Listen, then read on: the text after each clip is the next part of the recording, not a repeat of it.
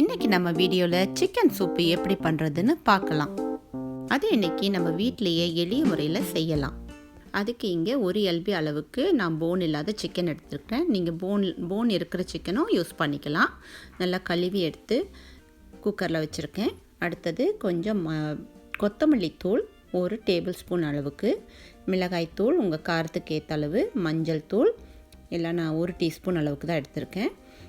சோம்பு, சீரகம், முழு மிளகு எல்லாம் 1 டீஸ்பூன் அளவுக்கு. இது மிளகு பவுடர், அதுவும் யூஸ் பண்ணிக்கலாம். கொஞ்சம் புதினா மற்றும் கொத்தமல்லி இலைகள் நிறையா போட்டிங்கன்னா நல்லா கமகமன் வாசனையாக இருக்கும். அடுத்தது மிக்ஸ்டு வெஜிடபிளும் எடுத்துக்கோங்க, அது ஆப்ஷனல் உங்களுக்கு. தக்காளி நான் 2 தக்காளி எடுத்திருக்கேன். தக்காளி நிறைய போட்டிங்கன்னா நல்லா சூப் டேஸ்ட்டாக இருக்கும். பெரிய வெங்காயம் கட் பண்ணி வச்சதையும் அதில் மிக்ஸ் பண்ணிக்கோங்க. இதில் நிறைய பெரிய ஆனியன் நிறையாவும் தக்காளி நிறையாவும் போட்டிங்கன்னா நல்லா டேஸ்ட் கிடைக்கும்.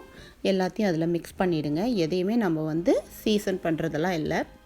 எல்லாத்தையும் அந்த மசாலா எல்லாத்தையும் போட்டு கரண்டி விட்டு எல்லாத்தையும் கிளறி விட்டுருங்க. சால்ட்டும் போடணும். இப்போது அதில் பெப்பர் போட்டு, காரம் உங்களுக்கு எக்ஸ்ட்ரா வேணும்னா நீங்கள் இன்னுமே மிளகாத்தூள் போட்டுக்கலாம்.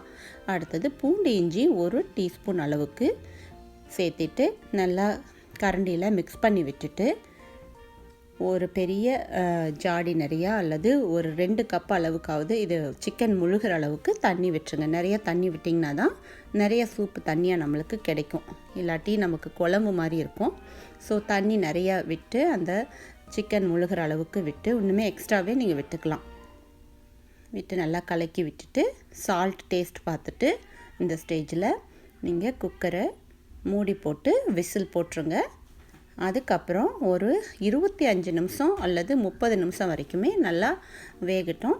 ஒரு 1 விசில் வந்தால் போதும். உங்கள் குக்கருடைய டைமை பொறுத்து தான். நான் ஒரு 30 மினிட்ஸ் வச்சுருந்தேன். ஒரு விசில் வந்ததுக்கப்புறம் நிறுத்திட்டு நல்லா கலக்கி விட்டுருங்க. அவ்வளோதான். இதுக்கப்புறம் உங்களுக்கு கொரியாண்டர் லீஃப் எக்ஸ்ட்ரா போடுறதுனா ஆட் பண்ணிக்கலாம். இப்போ பார்த்திங்கன்னா நமக்கு ஒரு அருமையான பெப்பர் சிக்கன் சூப்பு ரெடியாக இருக்குது. அதோட நம்ம பிரெட் டோஸ்ட் பண்ணி வச்சு சாப்பிட்டிங்கன்னா உங்களுக்கு ரொம்ப அருமையாக இருக்கும். இதை டேஸ்ட் பண்ணிவிட்டு உங்களுக்கு பிடிச்சிருந்துச்சின்னா லைக் பண்ணுங்கள், ஷேர் பண்ணுங்கள். ஹாப்பி குக்கிங்க்கு சப்ஸ்கிரைப் பண்ணுங்கள். தேங்க்யூ.